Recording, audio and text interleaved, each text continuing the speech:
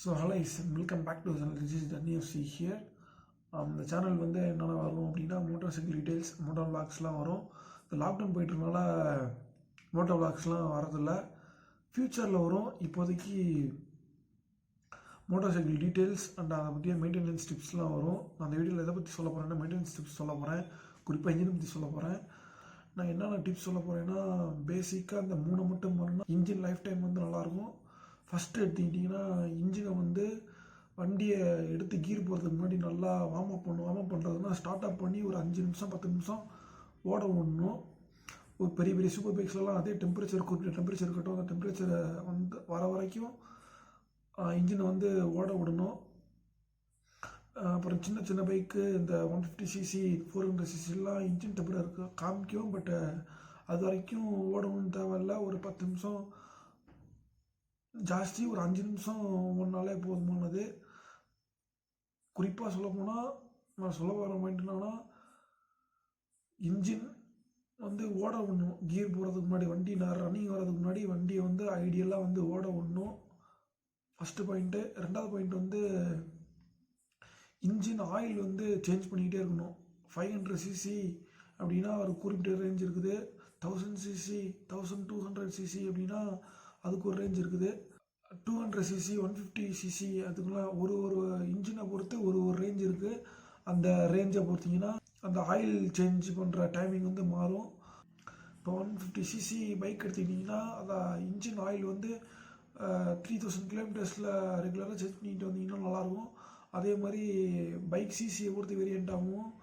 மூணாவது டிப்ஸ் என்னன்னா 150cc 200cc 400cc நான் சொல்ல வர்றது என்னன்னா சிங்கிள் சிலிண்டர் இன்ஜின் இருக்கும்.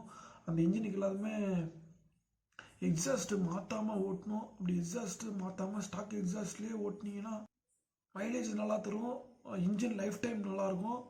அதே மாதிரி இன்ஜினை வந்து விரட்டி ஓட்டக்கூடாது. அதாவது ஸ்பீடாக ஓட்டக்கூடாது.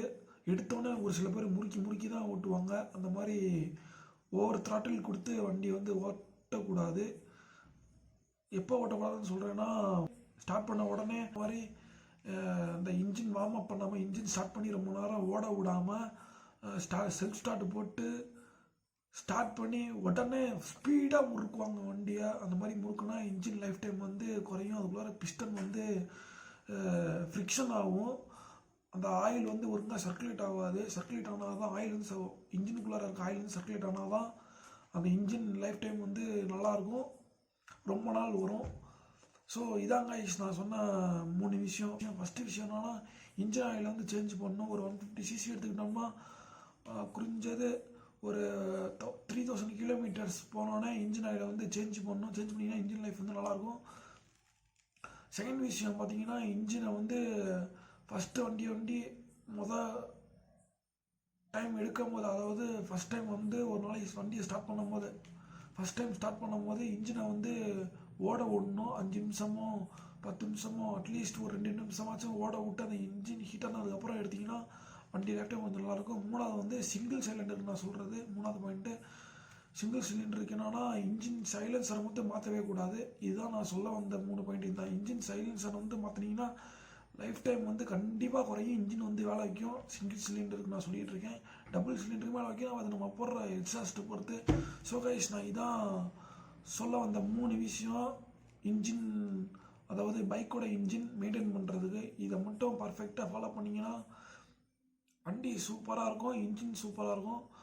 எந்த பிரச்சனையும் வராது. இன்ஜினில் லைஃப் டைம் சூப்பராக வரும். மைலேஜ் தர வண்டி மைலேஜ் தரும். ஸ்பீடாக போகிற வண்டி ஸ்பீடாக போகும். ஸ்மூத்தாக இருக்க வண்டி ஸ்மூத்தாக இருக்கும். எல்லாமே இருக்கும். So guys, அடுத்த நெக்ஸ்ட் வீடியோ சந்திக்கலாம். Until then, bye from Dharni here. Bye bye.